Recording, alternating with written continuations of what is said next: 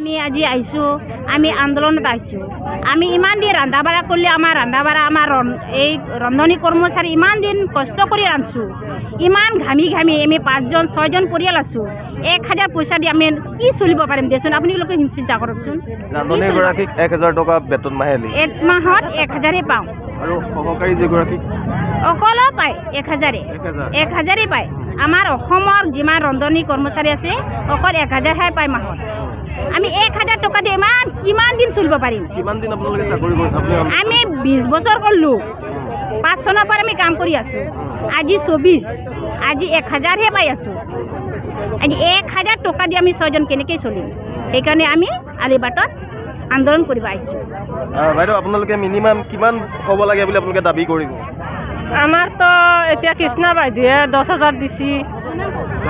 10,000 এতিয়া আমাৰ 1000 টকা দি আছে। কামটো বঢ়াই আছে, কামটো একদম ৰেগুলাৰ সোমবাৰৰ পৰা শনিবাৰলৈকে ভাত বনাব লাগে। মোটামুটি আমাৰ কিবা 110জন মান চলি আছে। এতিয়া আমি ভাত বনাই আছোঁ, ইমান কষ্ট খাই পেলাই উৰা সপ্তাহটো আমি 1000 টকাতো সেনেকুৱা কৰিব নোৱাৰি। আমাৰ পৰিয়ালটো নচলে না। আমি বেলেগৰ ঘৰত হাজিৰা কাম কৰিলে আমি 300 টকা পাওঁ।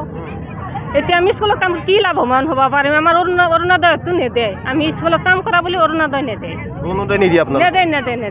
নেদে বোলে, নহয় বোলে। আমাৰ 1000 টকাকে দৰমহা, ঘৰ কেনেকৈ চলায়? ঘৰ আমাৰ নচলে।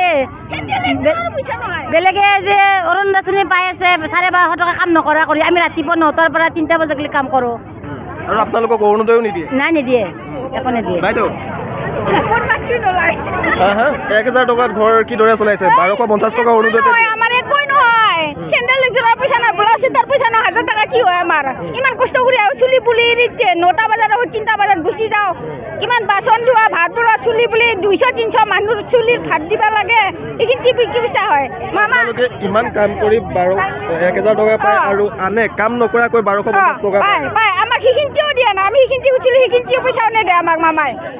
এই চিন্তা কৰি চাব লাগে, আমি চিন্তা চাব লাগে আমাৰখিনি কি ধৰণৰ কি হ'ব দিয়ক। নহয়, আমাৰ তাৰে মানুহ নাছিল।